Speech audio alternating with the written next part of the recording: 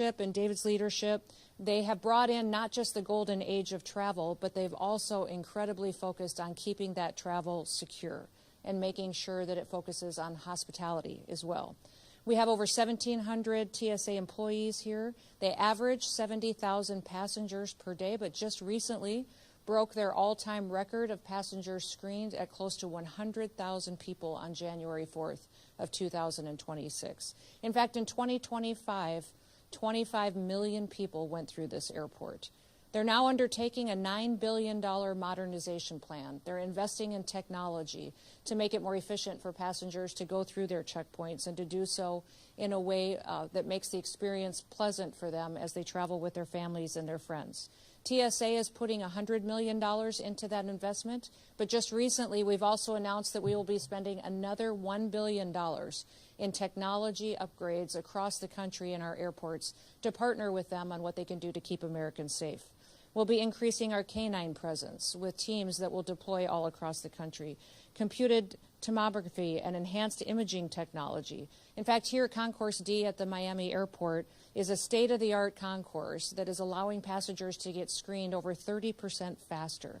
They're using an automated return system that's allowing 500 different bins per hour to be returned automatically, saving the passengers time so they can get to their gates and get on their flights quickly. There's cross-screening lanes that have been invested in, and that's allowing multiple passengers to screen their baggage at one time so the process can go quicker. They're rolling out bulk resolution tech, making the possibility for liquids and more personal items to go on airplanes with individuals as long as they are deemed safe. They're implementing biometric gates, and we'll be implementing also TSA touchless pre-check ID and making targeted upgrades at the busiest airports. With these security upgrades, it'll be invested in not just here at Miami, but across the country at those busiest airports. That $1 billion will make sure that we continue to keep America safe, but even those who travel into our country and visit us, that they will continue to be safe as they do that. We have big events coming up. We have the FIFA World Cup coming up this year, and then also we'll focus on the Olympics. There's many individuals from many countries that will be coming to visit us, enjoy our hospitality. We want to make sure that we are prepared, that we're partnering with incredible airports like the Miami International Airport, and that we're doing it with the next generation, greatest technology and security measures that are possible. We're excited about the future, what they've done to stop terrorists and criminals from coming into our country, and also removing those that may already be here, but also what we can do to make sure that we're prepared for the future and any threats that may come as well, while people enjoy the travel that is the golden age of travel, just like President Trump promised the American people. And with that, I'll open it up to any questions that you may have. Yes?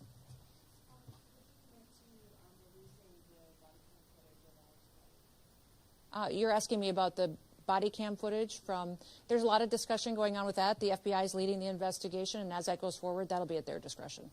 Yes?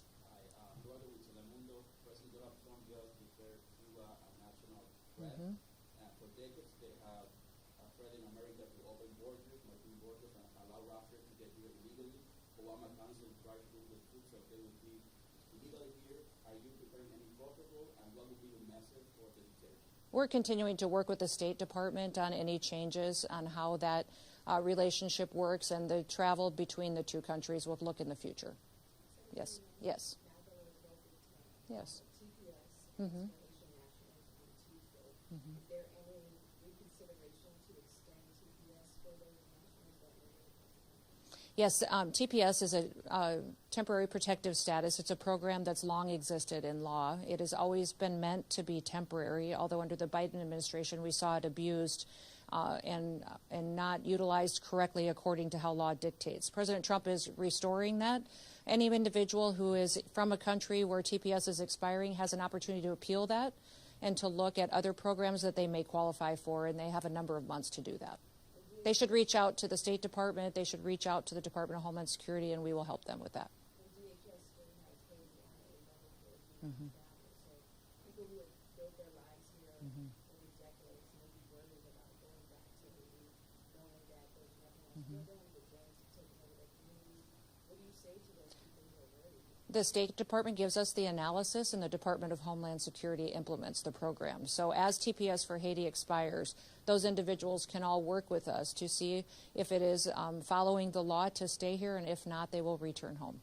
Last question. I wanted to ask about the Sure. ruling that came down today. The judge denied Minnesota the state's Mhm. plans to expand more ICE agents in the community. Your reaction to that? No, I'm thankful that we get the chance every day at the department to make sure that we are enforcing the law and treating people equally in order to protect the American people. So the decisions that come down, of course, we implement the law, and we're grateful when a court sees that the right thing has been done. We'll continue to focus on getting dangerous criminals, murderers, and rapists and drug traffickers out of this country and bringing them to justice. We're going to continue to try to work with the local law enforcement and the leadership in Minnesota to do that, to make that community safer. And I just want to remind you all, the reason that we're in this situation with so many dangerous people in the country is because of the policies of the previous administration. Under Joe Biden's administration, millions of people came into the United States that were completely unvetted. And we know for a fact that we had people that were terrorists, suspected terrorists, dangerous criminals that came in and have been perpetuating violence on the American people. We're so grateful that the border is safe and secure, but now we need to make sure that we're bringing Americans that safety and security as well. And the one data point I would point to all of you is the fact that we are seeing record low crime rates and murder rates in over 100 years. That because of the work of those law enforcement officers, communities are safer. We're seeing less perpetuation of violence, and that's exactly why they took the oath to do their jobs in the first place when they first signed up to be a law enforcement officer.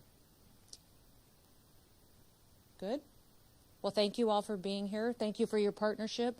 We're grateful for this, the work that we have with this airport in bringing safety to travelers and also bringing us into the golden age of travel where we can do it more efficiently and with more hospitality. And thank all of you behind me for the great work that you do. We appreciate you. God bless you. Have a wonderful day.